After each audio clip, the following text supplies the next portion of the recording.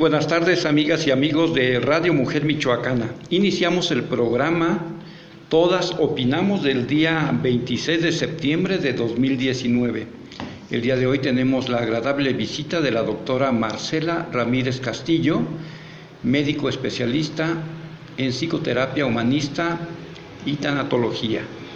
Doy el saludo a la licenciada Claudia Vázquez, directora de Radio Mujer Michoacana. Buenas tardes, licenciada. Hola, ¿qué tal? Muy buenas tardes a todas nuestras amigas y amigos que nos están escuchando. Bienvenidos todos y bienvenido a todas nuestras amigas que el día de hoy nos acompañan. Y pues, esperemos sus preguntas. ¿Saben qué es la tanatología? ¿A qué hace? ¿Y a qué nos puede ayudar? Eso nos van a estar informando nuestra especialista el día de hoy. Y le paso los micrófonos a nuestras compañeras que el día de hoy nos acompañan. Gracias, Clau. Muy buenas tardes. Soy Patricia Alcázar, vengo de Taxifem. Muchas gracias por acompañarnos esta tarde y muchas gracias a la doctora Marcela por estar aquí. Buenas tardes, soy la licenciada Selene Melo. Muchas gracias por escucharnos. Vamos a hablar un poquito de tanatología. Muchas gracias por acompañarnos, Marce. Espero que nos compartas muchos de tus conocimientos y podamos ser de ayuda para muchas mujeres que están escuchando un consejo el día de hoy. Muy bonita tarde a todos los que nos escuchan. Muchísimas gracias, mujeres lindas, por la invitación a compartir estos momentos con ustedes. Esperamos también sus preguntas, comentarios y bueno, pues a la orden. Gracias por la invitación. Muchas gracias, doctora Marcela. Díganos, bueno, vamos a empezar ahora sí. ¿Qué es la tanatología y qué es lo que estudia o para qué nos puede ayudar? Si nos puede dar información. Claro que sí, con mucho gusto, Claudia. Mira, la tanatología es una rama de la psicología encargada fundamentalmente de acompañar a las personas que han pasado por la pérdida de algo significativo durante el proceso que sigue a esta pérdida, a lo que llamamos de manera común duelo. Entonces los tanatólogos somos los especialistas en la salud mental que acompañamos a las personas cuando algo significativo se ha perdido: vida, salud, pareja, cambio de trabajo, jubilación, cuando los hijos se van de casa, es decir, síndrome del nido vacío, cambio de residencia e incluso algunos aspectos que de manera natural podemos considerar como bonitos, como inocuos, es decir, que no nos hacen daño, pero que de alguna manera representan un cambio, el fin de una etapa y el inicio de otra. Me refiero, por ejemplo, al matrimonio, al nacimiento de los hijos, a la adolescencia de los hijos, y que al momento de presentar el fin de una etapa, como les decía, y el inicio de otra, pues entonces de alguna manera presentamos toda esta etapa a la que llamamos duelo y que es donde los tanatólogos podemos ejercer un acompañamiento para que esto se supere de manera saludable. Amigas, ¿algún comentario que quieran hacer? Selene. Sí, muchas gracias. La tanatología quiere decir que es como ir con un psicólogo, pero especializado en este caso que nos comentas. ¿La terapia se sugiere individual o grupal? Para el caso de las familias. Ok, bueno, mira. Sí, los tanatólogos somos o médicos especializados en tanatología, como es mi caso, o psicólogos especializados en tanatología, o psicoterapeutas o psiquiatras especializados en tanatología. Entonces, cualquiera de estas áreas de la salud puede tener un enfoque o un área terminal, por decirlo de alguna manera, hacia esta rama de la salud mental. Los tanatólogos somos de utilidad, sobre todo cuando inicia la conciencia de que algo que estamos viviendo en nuestra vida va a cambiar de manera significativa, no únicamente en el último momento, y podemos brindar un apoyo tanto de manera individual como a la familia. Ejemplo, cuando un paciente recibe el diagnóstico de una enfermedad crónico-degenerativa o que incluso ya estamos hablando de una enfermedad terminal, los tanatólogos podemos apoyar mucho tanto al paciente como a la familia desde que se recibe el diagnóstico y no únicamente ya hasta que la enfermedad está llegando a su límite, es decir, hasta que está concluyendo la vida de la persona. Porque también en algunas ocasiones, incluso mismos médicos o el público en general, considera que hay que llamar al tanatólogo únicamente en casos de muerte o cuando la enfermedad ya está muy avanzada. Y no es así. E incluso, como comentábamos hace ratito, no únicamente es en caso de fallecimiento. Por eso hablamos de pérdida de algo significativo. Y pongo algo, no alguien, porque tampoco se trata siempre de una persona. Sí, esa era una de las dudas que yo tenía, que si solamente se trataba de las pérdidas humanas, pero es importante lo que nos dice, que también es la pérdida de algo. Entonces, ¿qué tanto le afecta al ser humano perder ese algo? O no estamos pues preparados para un cambio de residencia, un cambio en nuestras vidas, pues, y no queremos afrontar muchas veces la realidad o las consecuencias que puede traer. También puede una terapia de tanatología puede ayudar a que la gente no llegue a suicidarse. Ok, bueno, respondiendo, Claudia, a la primera parte de tu pregunta.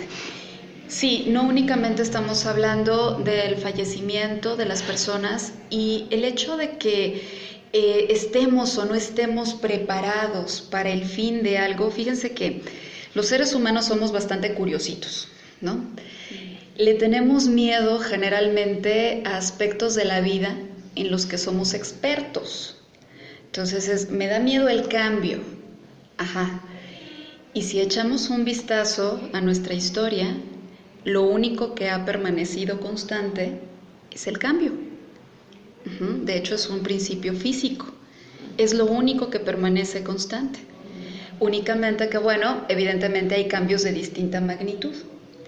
Y en cuanto al tema de las pérdidas, yo les pregunto, invito a reflexionar a mis pacientes con mucha frecuencia en lo siguiente. ¿Qué característica necesita tener algo para yo poder decir que lo perdí? Y entonces, bueno, pues hay una lluvia de ideas al respecto, ¿no? El tema es que para que yo pueda perder algo, por principio lógico, necesito que ese algo sea mío. Entonces, si necesito que sea mío para poder decir que lo perdí, yo pregunto, ¿y qué te pertenece? ¿No? Y entonces, pues bueno, empezamos con reflexiones interesantes. Resulta que pues realmente en cuanto a pertenecer, pues nada ni nadie, ¿no? Son coincidencias o diosidencias maravillosas, compartimos tramos de nuestra ruta con algunas personas, podemos disfrutar eventualmente de algunos trabajos, de algún lugar en el que me gusta vivir, de mi juventud, entre una larga lista de etcéteras, pero de ahí a que sea mío, pues la verdad es que no es así. Viktor Frankl, el padre de la logoterapia, decía: no sufres por lo que vives, sufres por lo que piensas. Y desde etapas muy tempranas de la vida empezamos a creer que varias cosas nos pertenecen cuando no es así. Y por eso es que se da esta cuestión a la que llamamos apego. No quiero soltar aquello que creo que me pertenece. Y cuando eso que creo que me pertenece cambia, deja de estar conmigo por distintas razones, entonces viene un sentimiento de tristeza, de enojo, de frustración, en lugar de que prevalezca la gratitud porque aquello que sí cambió, pero lo viví. Por ejemplo, bueno, en el caso de los divorcios, la mujer es la que le cuesta un poquito más de trabajo asimilar que la pareja ya no quiere estar, se quiere ir. ¿Y qué pasa? Porque las mujeres, lamentablemente en ocasiones pensamos que nos pertenece. que el hecho de que te hayas casado con alguien parece que compraste su vida, y lamentablemente no. Yo siempre he dicho que el matrimonio es un contrato, ¿sí? Como tal. Pero el día que se acabe, se acabó. No te pertenece a la persona. Había un contrato donde se firmó por el respeto, pero solamente se comprometieron a ciertas obligaciones. Jamás lo compraste. Ni tú como mujer compraste a fulano, ni él te compró a ti. No, y también en el divorcio, lamentablemente, lo más difícil para que se dé el proceso es que la mujer asimile que realmente no le pertenece, que lo tiene que dejar ir, y que el divorcio es la primera etapa de su libertad, de volver a empezar. Entonces, pero a veces no es un tema que sí, es un tema como pensando, si la tanatología no se viera nada más como cuando fallece alguien, sino que se viera como ese momento que dice Marce, de desprendernos de lo que ya fue. Qué bonito que tuviste una relación, qué bonito que tuviste hijos, qué bonito que ya se dio. Pero no, entras en el divorcio y entra el odio, lo quiero acabar y me quiere acabar. Y lamentablemente es por eso, porque la pareja como tal no asume la pérdida, porque si la asumieran nos estarían acabando los dos. Y y es que también es, en esas situaciones también de divorcio, yo siento que a veces la mujer también dice, yo di mucho, di demasiado para perderlo, ¿no? En la relación. Y sí, como que ahí se pone en una situación conflictiva, ¿no? Yo soy abogada y me dice, no, es que licenciada, es que si yo no hice nada, yo me porté bien, yo todo, y también el hombre lo dice, es que yo me porté bien, yo esto. Entonces, no asimilan, y a veces es complicado uno como abogado porque no están bien definidos en lo que quieren hacer, y toman el divorcio como la última salida, ¿no? Como la venganza. La venganza uno contra el otro. Entonces, yo sí a veces sí recomiendo, a veces cuando los veo así medios que no saben a dónde acudir o qué tienen que hacer más bien, yo le digo, ¿sabe qué? Cuando esté bien preparado, vaya al psicólogo, vaya a terapia, pero ya ahora que nos dice, pues vamos a canalizarlos con un tanatólogo, así, en esta rama de la tanatología, ¿no? Que les ayuda a superar esa pérdida, y yo creo que a lo mejor también les puede ayudar a cerrar bien ese círculo y a tomar una buena decisión, sin rencores, sin enojos, y yo creo que eso les puede ayudar, ¿verdad? Sí. Bueno, lo que yo quería comentar era de que en este tiempo nos dicen, tienes que ir con el psiquiatra, y dice uno, no está loco. Te mandan con el psicólogo y dicen, no estoy traumado. Y luego nos llaman de un tanatólogo y decimos, no se me va a morir nadie. Yo creo que es una falta de preparación total la que tenemos en cuanto a ver a quién tenemos que acudir. En este momento, Marce, a la hora de decirnos todo lo que abarca la tanatología, no nada más es recurrir a ella cuando estamos perdiendo a un ser querido, sino en cada cambio de nuestra vida eso nos está afectando. A lo mejor hay algunas cosas que nos pegan mucho, que necesitamos su ayuda, y que nos puede ayudar a superar esa que para nosotros en ese momento es fatal, ¿no? Lo que estamos perdiendo. En cuanto a eso, una pregunta, y esto va relacionado con alguien que sí ya falleció. Si, en mi caso, mi mamá ya son 20 y tantos años de que se fue, pero en el momento de la pérdida, año tras año, recordarla, sufrir y no soltarla, no dejarla ir, y el ahora poder recurrir a ti es, ¿cómo hago para ya no nada más no soltar, sino el decir, bendito Dios, mi mamá está bien? Ese paso que me hace falta como para soltarla. Digo, este es un caso específico, ¿verdad? Pero ya hemos visto que tú abarcas infinidad de situaciones, ¿no? No nada más la que en este momento yo te estoy preguntando, pero habrá mucha gente que perdimos a alguien, un ser querido, y no lo hemos soltado. Sí. A esto se le llama, hermosa, duelo patológico. Hay diferentes tipos de duelo patológico o duelo al tiempo. Este proceso que sigue a la pérdida de algo significativo, que como ya hemos comentado se llama duelo, de acuerdo a diferentes teóricos se divide en distintas etapas. Voy a mencionar la que se utiliza con mayor frecuencia, establecida alrededor de los años 30 por la pionera en tanatología, la doctora Elizabeth Kubler-Ross. Y bueno, ella divide esta etapa, este proceso llamado duelo, en 5 momentos. Es importante tener en cuenta que estos 5 momentos pueden alternarse unos con otros, pueden estar intercalados, no tienen un orden específico, pero sí se presentan todos. Uno de ellos es una etapa de negación, al inicio sobre todo.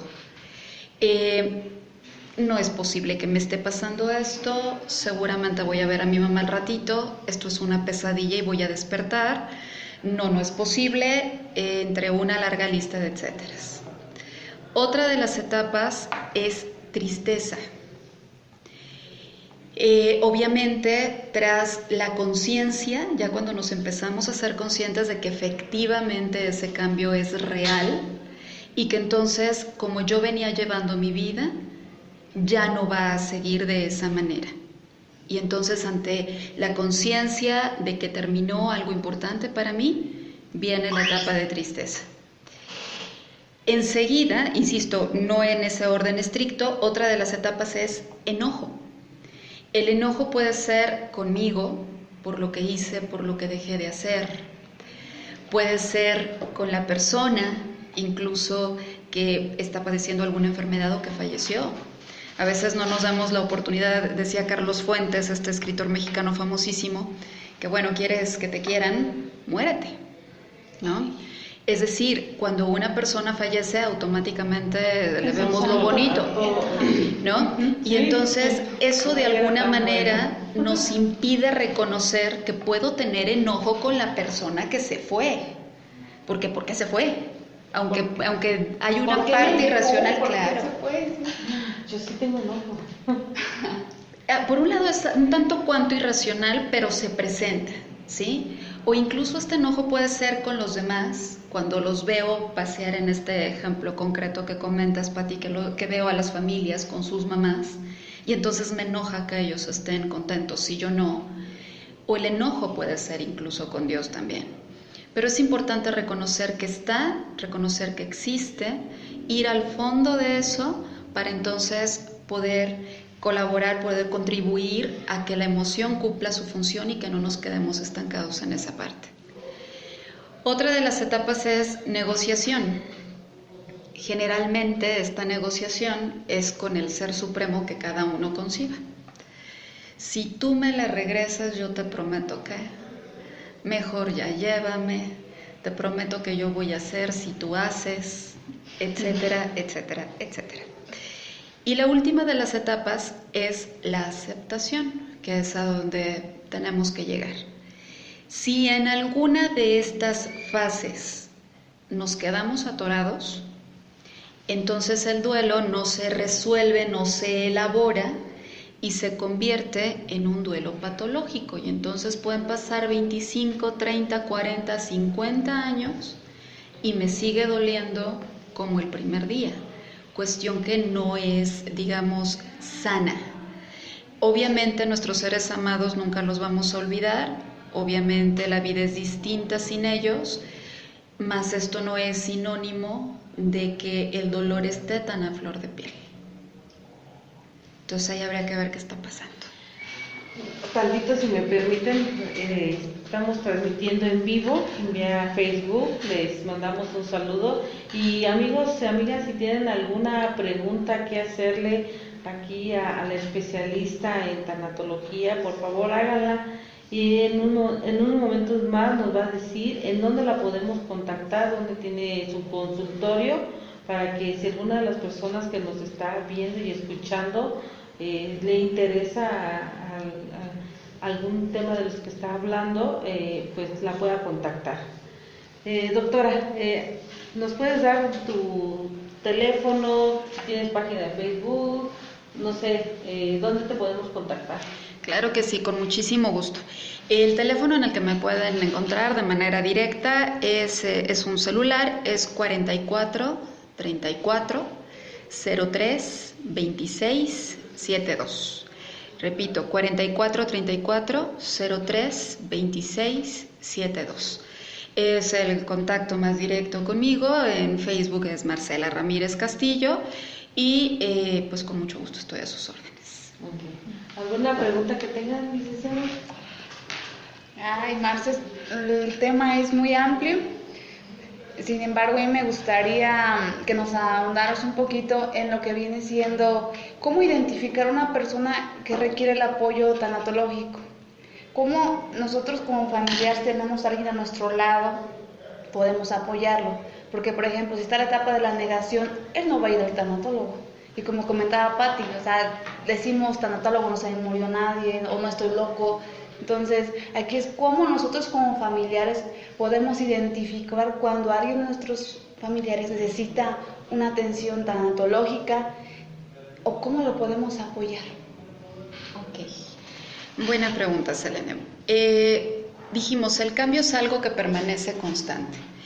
Entonces, cuando nosotros empezamos a notar cambios en el estado anímico de una persona, de un familiar o de un amigo, así como tú lo planteas en este momento, vale la pena en primer lugar acercarnos y preguntar en qué podemos apoyar. Porque brindar ayuda, brindar apoyo, cuando este apoyo no está siendo solicitado, puede llegar a ser más intromisión que apoyo. Entonces, una primer manera es, te noto diferente, estoy notando estos cambios en ti, ¿puedo apoyar en algo? Y ahí la persona que está pasando por esto nos va a ir dando una pauta, sí, no.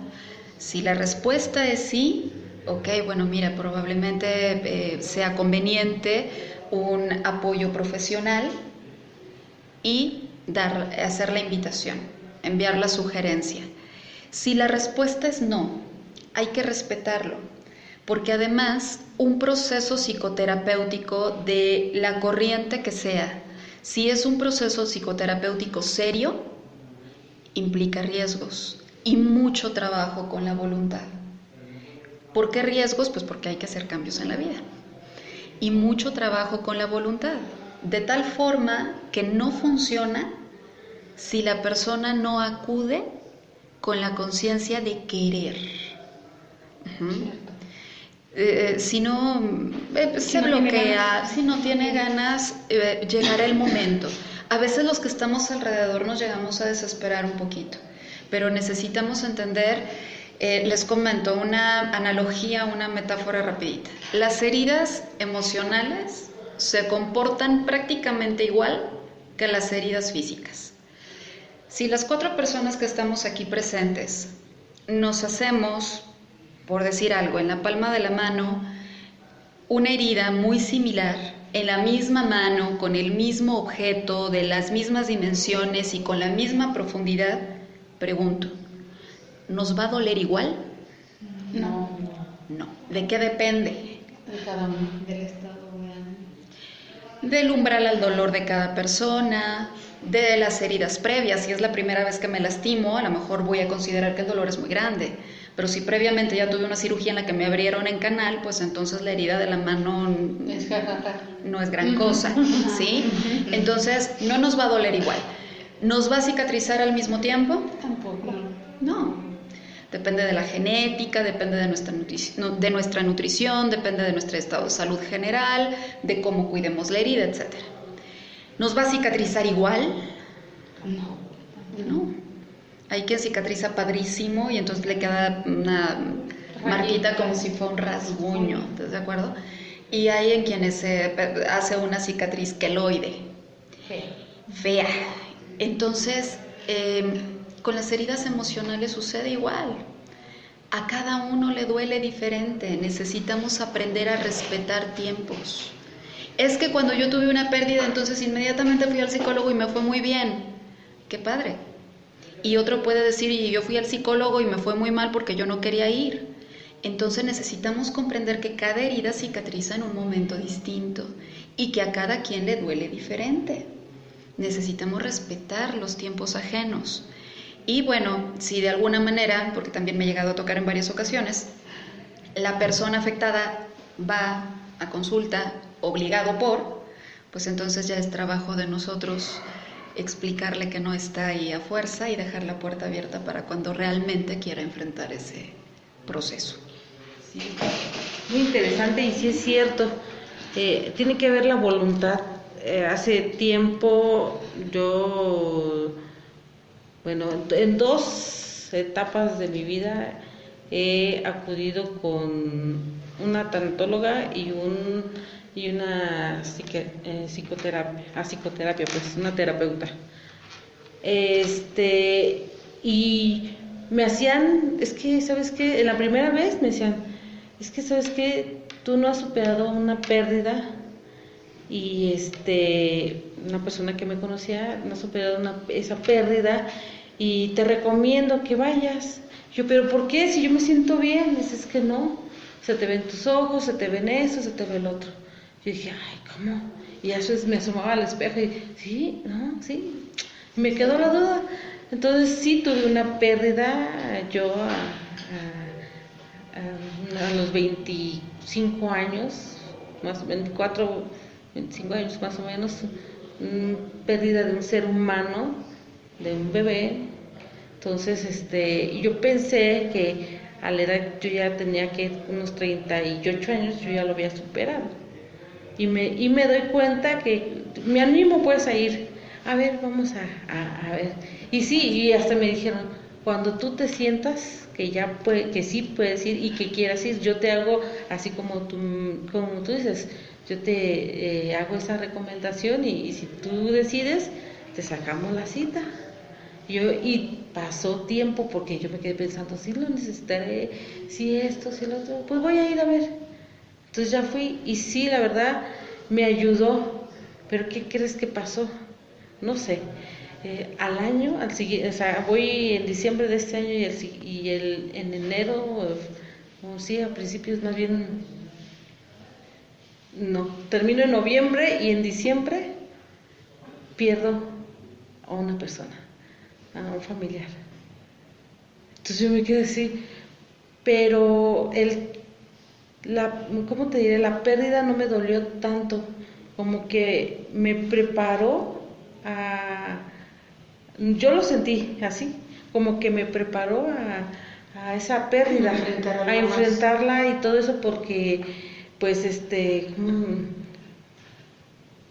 me sentía bien. O sea, así pues si se te murió tu familia, ¿cómo te vas a sentir bien, verdad? O sea, yo sentía tranquila, exactamente, y sabía que tenía que hacer ciertas cosas, ¿no? Entonces, ayuda tanto que a veces la gente desconoce todo esto y cuánto le puede cambiar la vida. En la segunda ocasión fue que fui con la terapeuta hace un año y medio más o menos, y sí es cierto, uno que pues necesita de estas personas especialistas para que lo puedan ayudar, y a mí me ha cambiado mucho como que el desahogarme, se puede decir así, el hablar con un profesional me ha ayudado bastante, y mucha gente lo ha notado en el cambio que yo he tenido, que me ven bien, que me ven feliz.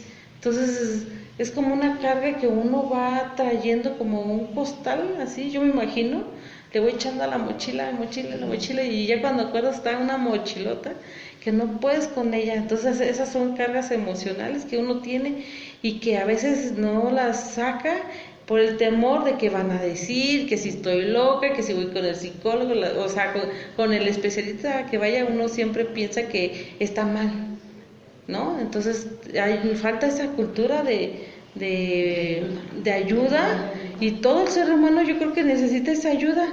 Y a mí la verdad, ahorita todo lo que nos estás contando y platicando, la verdad me sorprende más, y pues que sí necesitamos una cultura emocional como ser humano, todos y más en estos tiempos. ¿Algo que quieran comentar? Sí, Marce, algo que te quiero comentar,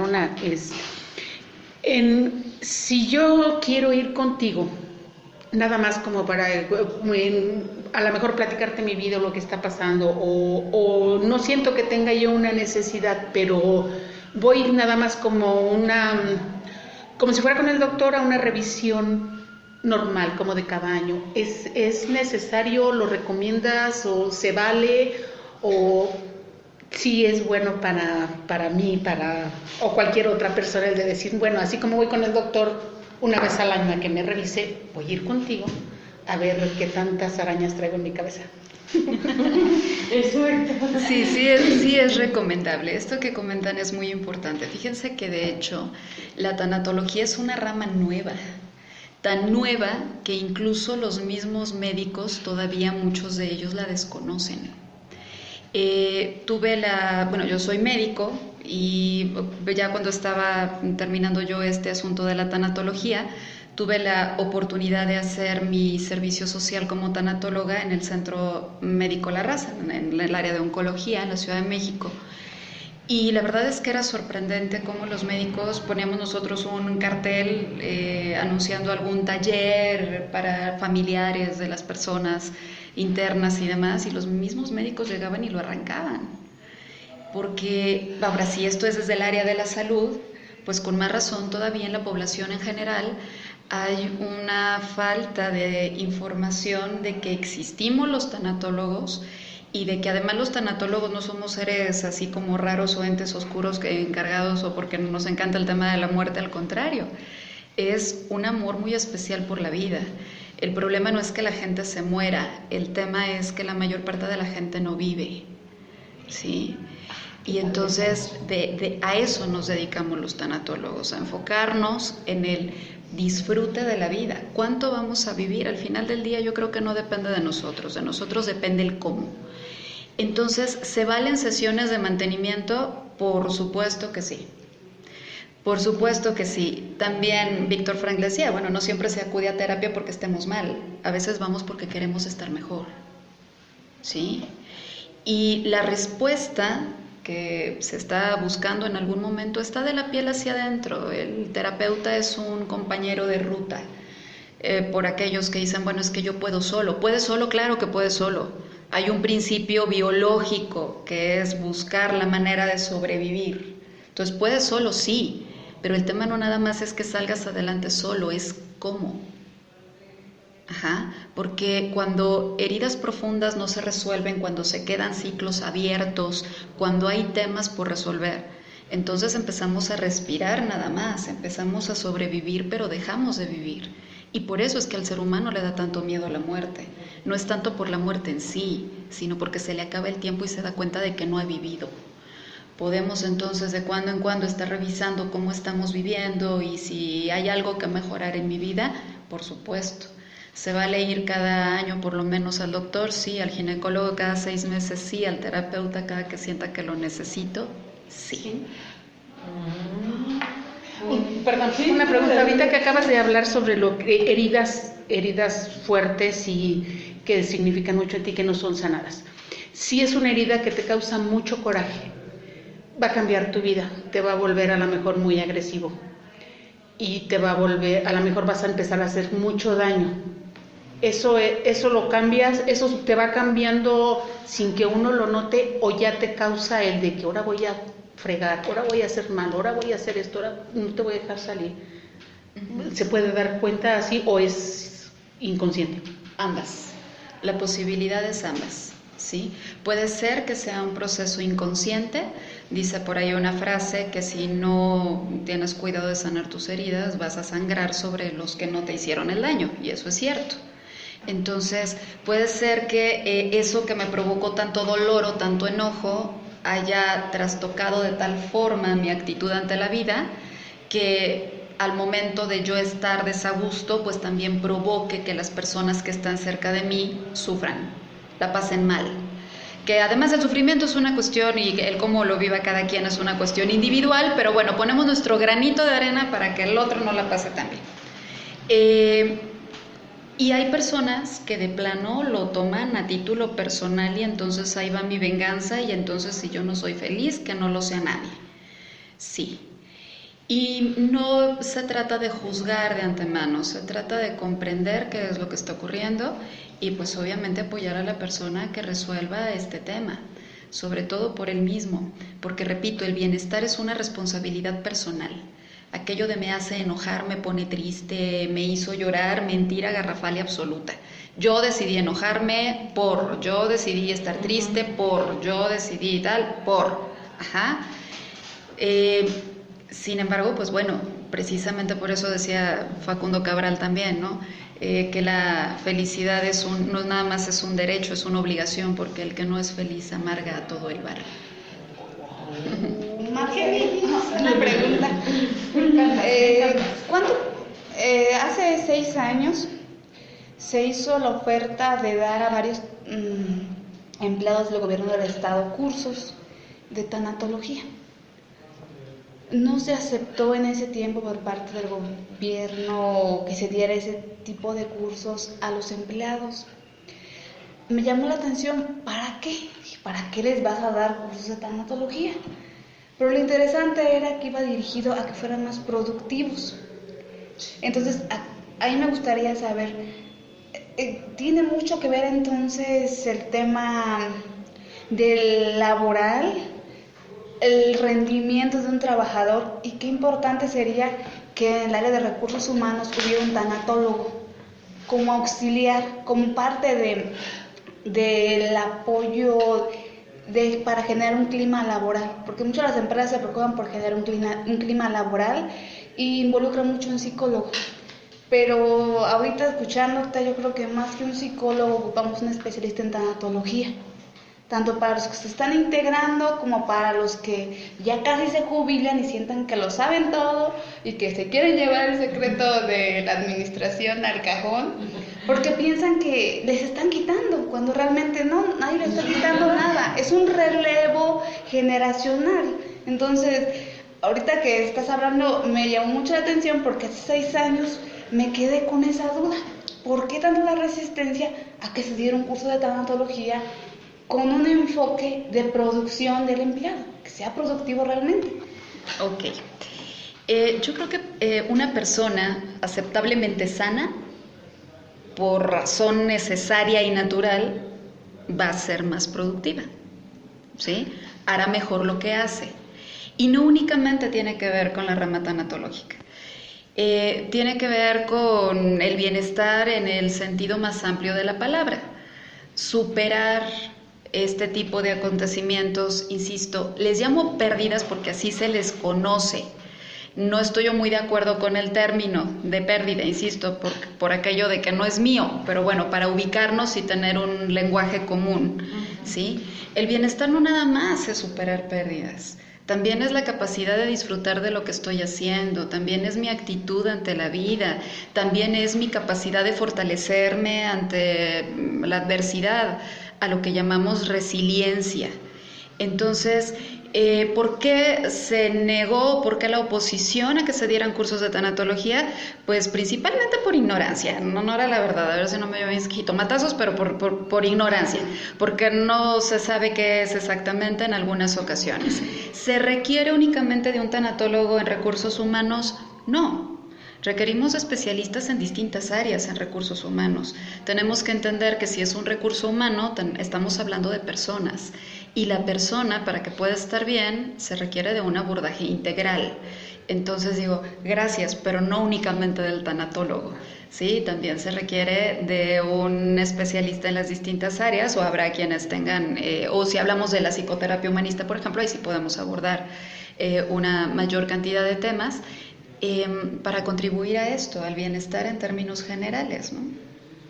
Es como dice, ¿no? Si yo estoy bien lo que está a mi alrededor, todo está bien. Sí, ¿no? Eso es lo que proyecto. Sí. Okay. Oye, Marce, bueno, ya, doctora, perdón. ¿La violencia contra las mujeres tiene un componente psicológico? Sí, claro. Sí, por supuesto. Sí, tiene un componente psicológico, tanto a nivel individual como a nivel colectivo, y le concierne tanto a la mujer como al varón. Sí, por supuesto. De hecho, ahorita, bueno, de manera tangencial han salido diferentes temas que nos podrían llevar no sé cuántos programas cada uno, ¿no? El tema del matrimonio y el divorcio, el tema de las enfermedades, de los fallecimientos, el asunto ahorita que comentas de la violencia hacia la mujer. Sí somos el sector poblacional que padecemos más de esta violencia, de la violencia, en general, porque nosotras mismas nos la infringimos, porque en algunos momentos se cree que se merece. Hay mujeres que creen que así es el tema, y entonces es importante saber que se puede vivir de una manera diferente, pero hay mujeres que crecieron viendo violencia en casa. Nos juntamos con los que son semejantes a nosotros, entonces pues así es en la casa, así es en la familia de mi papá, así es en la familia de mi mamá, así son los amigos de mis papás, pues así ha de ser, ¿no? Eso me lo decía en alguna ocasión una pacientita que sufrió una violencia muy fuerte, y yo le decía, pero es que ¿en qué momento llegaste a permitir tanto? Y su respuesta fue, Marce, es que yo no sabía que se podía vivir de una manera diferente. Entonces, desde la conciencia, insisto, de que se merece, desde también ideas como el que nada se puede hacer al respecto, desde un machismo cultural que sí seguimos viviendo, pero que curiosamente lo fomentamos las mujeres. Exacto. Por eso hablo de una violencia autoinfringida. Desde también una cuestión social, al mexicano, entre otras cosas, nos caracterizan por tener un muy buen sentido del humor, e incluso se habla de que si no fuese por nuestro sentido del humor, quién sabe cómo hubiésemos enfrentado diferentes crisis sociales que nos han tocado atravesar. Y en parte es cierto, sin embargo yo tengo mis interrogantes al respecto.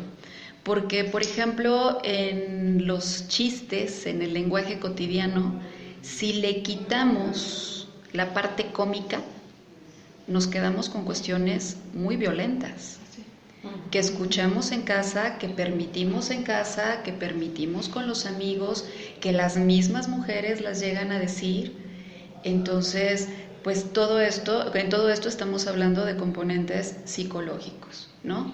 Que nos atañen, insisto, a ambos géneros, y que además también las mujeres como gremio estamos cometiendo un error garrafal, nos estamos yendo al otro extremo, O sea, no hay que ser extremistas. No, por supuesto que no. Usar siempre el término medio para poder sobrellevar, ¿no?, la situación, y el término de la equidad, ¿no? Es de un equilibrio, pero aceptando también que somos diferentes. Y que no se trata de un machismo con faldas, porque actualmente vivimos mucho eso.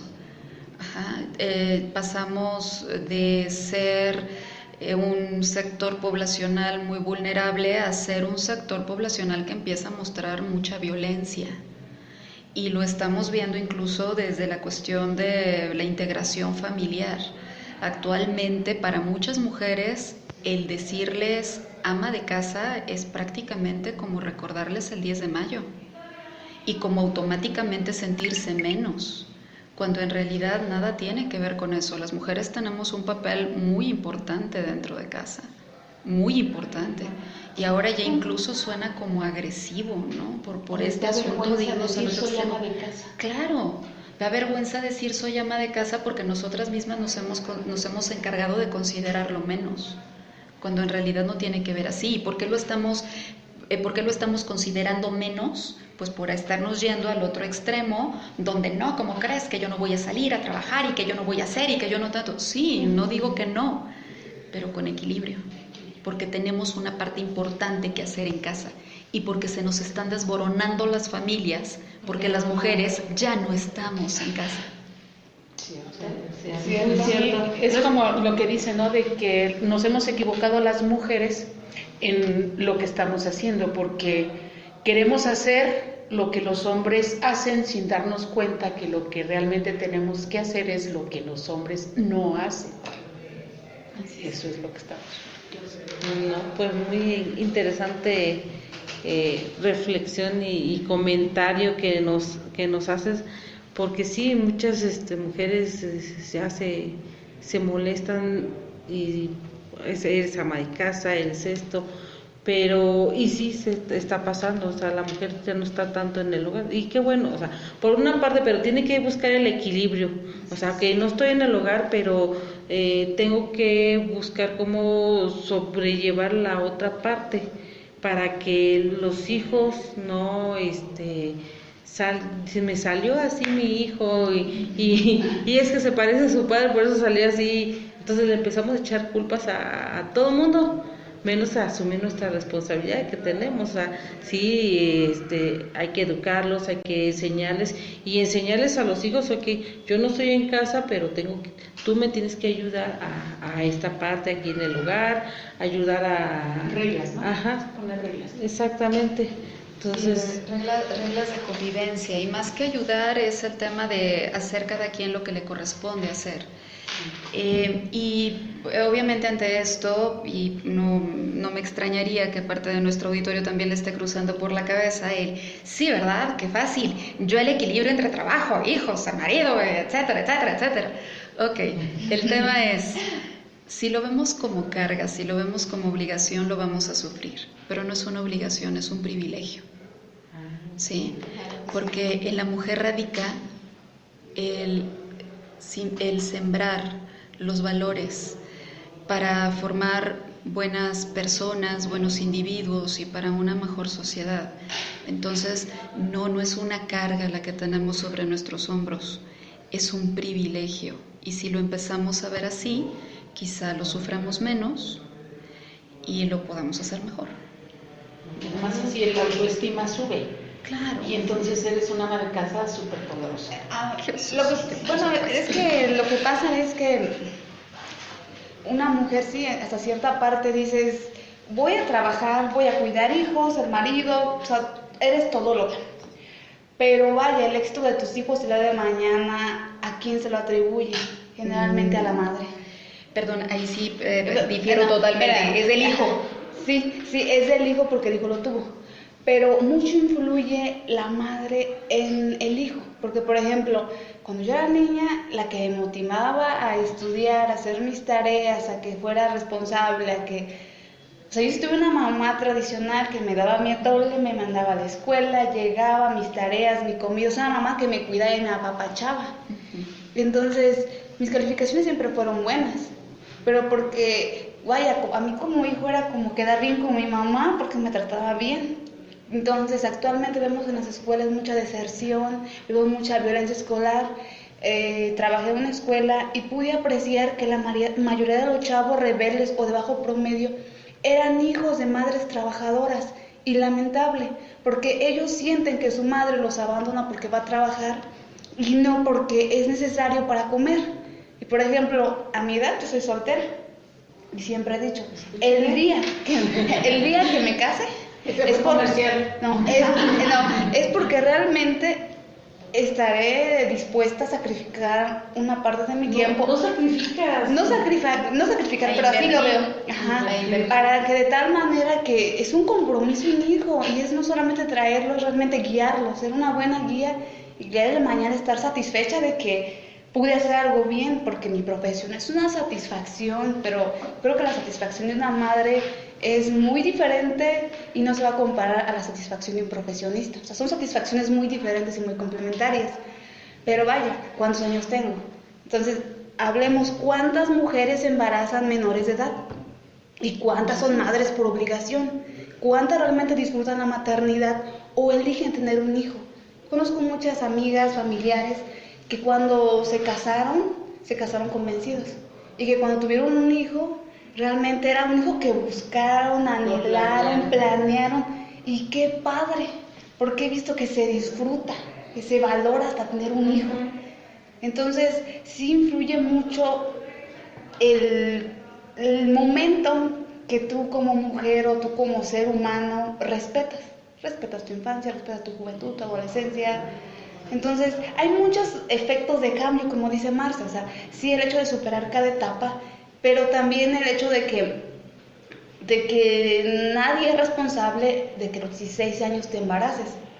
Nadie es responsable, o sea, también influye mucho el ser responsable, o sea, son decisiones, nadie te obliga, pero al mundo le queremos cobrar, bueno, no sé si es mi percepción, que pareciera que una mala decisión se le quiere cobrar al mundo, cuando nadie te obligó a tener esa decisión, nadie te obligó a hacer lo que hiciste, porque se lo quieres cobrar al mundo. Regresándonos un poquito a lo que hablábamos hace unos momentos, digamos que en el caso de lo que hablábamos de la importancia del rol de la mujer en el hogar, hablamos de valores, ¿sí? Ya lo que cada hijo haga con eso ya es una decisión personal, porque también esto de que los fracasos de mi hijo son míos y los éxitos de mi hijo son míos, no, son del hijo, las dos. Pero sí, como mamás nos encargamos de fomentar esos valores que contribuyan a que obviamente las herramientas que tienen las ejerzan de una mejor manera. Y respecto a la segunda parte que comentas, Elena, pues es que el rol de víctima es el más socorrido, por eso es bien padre. Cuando asumo la responsabilidad de mi vida sucede algo terrible, no hay a quien culpar, ¿no? El rol de víctima es padrísimo, la víctima siempre gana. Entonces, todos tienen la culpa menos yo. Exacto, todos tienen la culpa menos yo. Y entonces cuando me hago responsable de mis decisiones, de mi bienestar, de mi crecimiento personal, pues bueno, es un trabajo interesante, pero al final del día creo que para eso estamos aquí, ¿no? Para crecer en toda la extensión de la palabra y una vez finalizada la ruta, acorde a la creencia de cada persona, o regresar a casa con Dios, o trascender a una vida diferente, o ascender de plano, o lo que cada quien crea, pero que sea algo mejor. Y si la muerte es el final de todo, pues entonces que sea una misión cumplida y que se haya quedado una huella bonita aquí, ¿no? Sí. Marce, perdón, ¿cómo las mujeres pueden aumentar su autoestima? ¿Algún tip que nos digas para las mujeres que nos están escuchando? ¿Cómo aumentar el autoestima? Bueno, en primer lugar es importante señalar que una autoestima sana implica que ni me sienta por debajo de los demás, pero tampoco por arriba.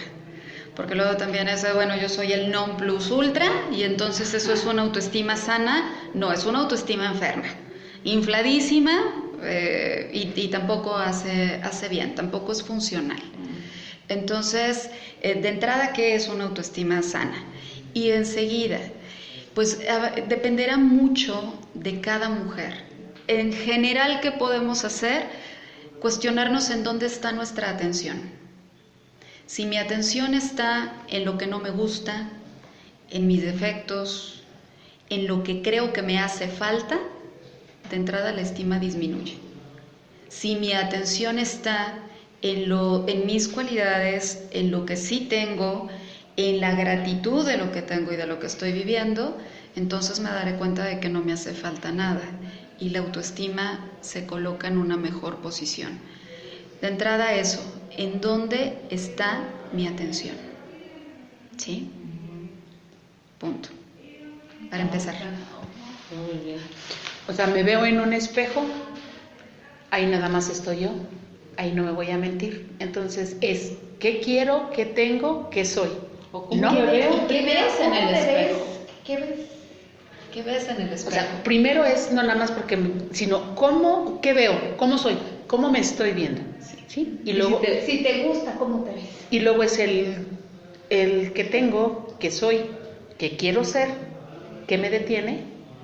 Porque ahí en ese momento nada más está mi imagen en el espejo y Nessa no me va a mentir. Sí, ¿Sí? El asunto es, hay una formulita que es pensamiento, emoción, conducta.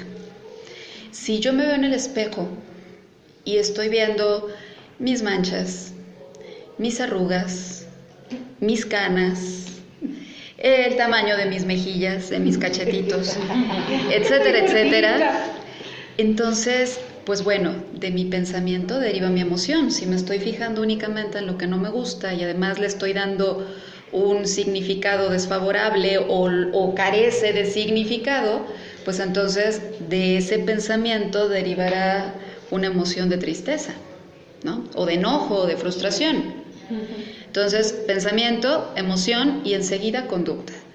Si estoy triste, si estoy enojada, si me siento frustrada, ¿voy a tener ganas de hacer planes con mi vida? No. ¿Me voy a preguntar qué puedo mejorar de mí? Difícilmente. En cambio, si me veo en el espejo y ok, sí es cierto, tengo canas, Sí es cierto, tengo arruguitas, sí es cierto, tengo manchas. ¿Por qué? Pues porque he vivido, porque he tenido cambios hormonales, porque he tenido hijos, porque he llorado, porque he reído, porque mi trabajo me han costado. Entonces, la emoción que se deriva de ese pensamiento será una emoción, pues, o de paz, de serenidad o de alegría. Y entonces puedo cuestionarme qué puedo mejorar, claro. Y entonces puedo hacer planes, por supuesto. Y entonces puedo corregir, por supuesto que sí. Y si no, ya me quiero. Gordita, chonchita, feliz. Pero es un defecto.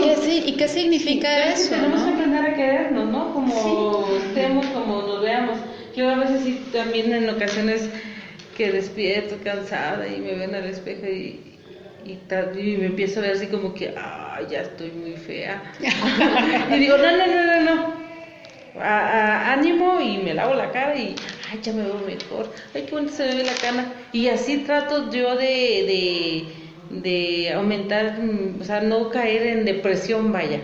De que, ya, como antes. O sea, es que estoy esto, es que no me quedo, es que esto no puedo hacer porque yo no puedo. Y una negatividad, y cuando me doy cuenta, empiezo a cambiar a forma positiva, se empieza, o sea, ya veo la vida diferente, me siento diferente, y cada vez que me levanto, cuando quiero sentirme, o me da la flojera o algo, o no sé, trato de yo misma levantarme el ánimo. Y ya, no, a ver, vamos a cambiar y todo está bien, adelante, buen día y ya, ¿sí? Y esto que estás diciendo, Claudia, que de alguna manera estamos comentando, también tiene que ver con las pérdidas y también tiene que ver con los apegos. ¿Por qué nos cuesta trabajo aceptar las arrugas, las canas, las manchas, el incremento, la disminución de peso? Porque nos cuesta trabajo aceptar que no somos las que fuimos, ¿sí? Quiero ver la cara de hace 20 años, pues no la voy a encontrar ahí. Qué bueno, qué padre que lo disfruté hace 20 años y ha cambiado, claro, ha cambiado. La única manera de que esto no fuera como es que yo no estuviera aquí, porque el reloj no lo podemos detener. Entonces, pues sí, mis canas implican que he vivido, y mis arrugas también, y mis manchas también, y que me han sucedido cosas. Repito, la única forma de que eso no ocurriera es no estando. Necesitamos también, y eso también a muchas personas les duele bastante, comprender que las etapas concluyen. Lo único permanente es el cambio. Están de moda 2 verbos, ¿no? Soltar y fluir. Y entonces todo el mundo suelta y fluye. Entonces uno dice, a todo dar, ¿cómo? No, todo es... No, sí, suelto y fluyo. Ajá, ¿cómo? ¿Cómo suelto y fluyo? A las personas, a las etapas, a los trabajos, a las escuelas, a mis pertenencias materiales. Bueno, de entrada propongo 2 cosas. Ante el soltar y fluir, ¿cómo? Con gratitud y con fe. ¿Cómo suelto? Cuando agradezco. ¿Sí? En el gracias por, ahí está, como cuando regresamos a algo que nos prestaron. Y para fluir, pues con la fe, con la confianza de que algo mejor está por suceder, de que hay un ser de amor que se encarga de cuidar de nosotros, o de que tengo la capacidad para aprender de lo que he vivido, y eso me garantiza también un presente y un futuro mejor. Padre, sí. Pues muy interesante, Marce, todo esto lo que nos has dicho, y la verdad nos diste una pequeña. Entonces, cuando te hacemos la cordial invitación, cuando quieras venir a exponer algún otro tema, aquí tienes las puertas abiertas de Radio Mujer Michoacana, y yo creo que eso le va a ayudar mucho a la gente, el poderse sentir un poco mejor, ayuda bastante. A mí, yo esta parte de las terapias y la psicología, porque decía, no, pues si no estoy loca, pero ya con la experiencia que yo tengo de allá haber ido y que sigo yendo de vez en cuando, entonces ayuda bastante, como no tienen una idea, y que es parte, ¿no?, de en esta sociedad que ahorita estamos viviendo, de tantas situaciones, tanto de disminución de valores, tantas noticias tan malas que pasan, pues sí necesitamos que sacar todo eso para que fluya y que soltar y fluir. Y te agradecemos mucho, ya estamos a escasos yo creo 1 minuto y medio de terminar. Te agradezco mucho el que hayas venido y exponernos este tema, y vuélvenos a repetir dónde te podemos encontrar para que nuestros escuchas te visiten o alguna cosa. Claro que sí, con mucho gusto. En primer lugar, infinitamente gracias por la invitación, y en el momento que ustedes me lo indiquen y me lo permitan, aquí estaré nuevamente. Y el teléfono de contacto, lo repetimos, es 4434 03 26 72. Ok. Licenciada Selene, ¿algo ya para despedirnos? Agradecer a la doctora aquí que nos haya compartido, y me quedo con las ganas de que regrese otra vez porque me gustaría tocar el tema de la menopausia. Creo que es un tema muy importante. Bueno, perfecto. En cuenta. Pati. Sí, pues agradecer muchísimo a Marce, que aceptó mi invitación, un privilegio ser tu amiga preciosa. Agradecer a todo el auditorio que estuvo este día con nosotros, y recuerden que nosotros somos Taxifem, que estamos por nuestra seguridad y que estamos por nuestra seguridad y por llevarlas a todos lados, y somos mujeres trabajando para mujeres. Muchas gracias. Acuérdate, Pati, que el teléfono. Sí, el teléfono, perdón, Pati. Perdón. Nos pueden llamar al 4434 09 0606, 4432 45 22 29. Será un placer atenderlas. Acuérdate, Pati, que ya estamos Cierto, transmitiendo en vivo, y todas las preguntas que nos quieran hacer nuestras amigas, Pero lo peor es que se me los olvidó. esperamos. ¿Qué se No, el que estoy allí y estoy haciendo esto. No se preocupen, es parte de... Les agradecemos mucho, amigas y amigos, que nos escucharon y que estuvieron con nosotros en vivo en Facebook. Los esperamos para la siguiente emisión el próximo martes, y de 6 a 7 aquí nos estaremos escuchando. Muchas gracias a todos. Muchas gracias. Adiós. Bravo.